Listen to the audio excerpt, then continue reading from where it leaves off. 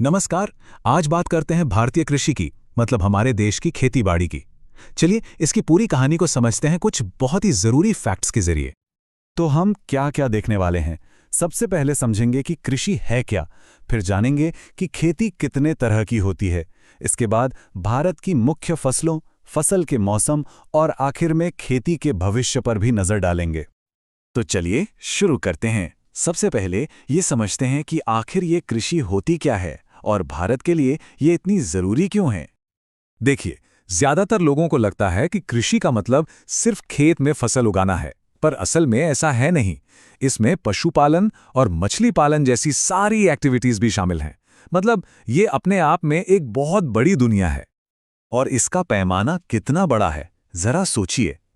भारत में सबसे ज्यादा लोगों की रोजी रोटी इसी काम से चलती है। जी हां, ये देश का सबसे बड़ा रोजगार का जरिया है। और ये जो इतना बड़ा सेक्टर है, ये एक चीज पर बहुत ज्यादा निर्भर करता है, और वो है बारिश।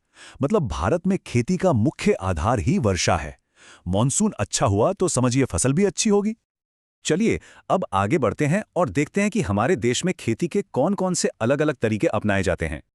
मोटे तौर पर देखें तो खेती को दो हिस्सों में बांटा जा सकता है।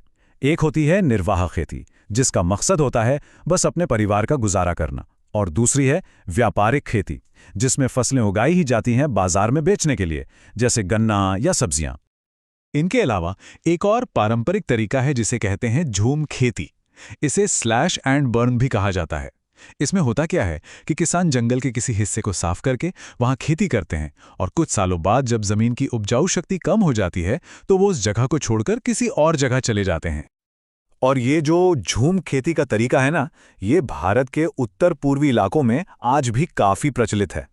तो हमने देखा कि खेती कई तरह की हैं, कुछ अपने लिए, कुछ बाजार के लिए, और कुछ वो जो सदियों से चली आ रही हैं। अच्छा, तो खेती कैसे होती है ये तो समझ लिया। अब सवाल उठता है कि उगाया क्या जाता है। चलिए अब भारत की मुख्य फसलों पर नजर डालते हैं। तो एक सवाल है, भारत में सबसे ज्यादा कौन सा अनाज उगाया और खाया जाता है? कोई अंदाजा? जी हां, वो है धान, यानी कि चावल। ये भारत की सबसे मुख्य खाद्य फसल है, और इसे उगाने के लिए गर्म और नमी वाला मौसम चाहिए होता है। अच्छा, एक और मजेदार सवाल, भारत का पीला सोना किस फसल को कहते हैं? वो है जूट। इसे गोल्डन फाइबर या पीला सोना भी कहते हैं, क्योंकि ये एक बहुत ही जरूरी रेशेदार फसल है। और फसलों की लिस्ट तो बहुत लंबी है, जैसे कपास देश की मुख्य रेशेदार फसल है, गन्ना एक बड़ी नकदी फसल है, दालों में सबसे ज्यादा चना उगाया जाता है, चाय का नाम लें तो असम याद आता है, और गेहूं उत्पादन में उत्तर प्रदेश सबसे आगे है। मतलब हर फसल की अपनी जगह है, अपनी अहमियत है। अब बात करते हैं खेती के मौसम की, क्योंकि भारत में खेती पूरी तरह से मौसम के चक्र पर चलती है। हमारे यहाँ मुख्य रूप से दो फसल मौसम होते हैं। एक है खरीफ, जिसकी बुवाई जून जुलाई में मॉनसून के आने पर होती है।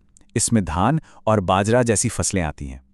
दूसरा है रबी, जिसकी बुवाई अक्टूबर नवंबर की हल्की ठंड में होती है, और इसकी मुख्य फसल है गेहूं। और अब आखिर में जरा खेती के भविष्य पर भी एक नजर डाल लेते हैं।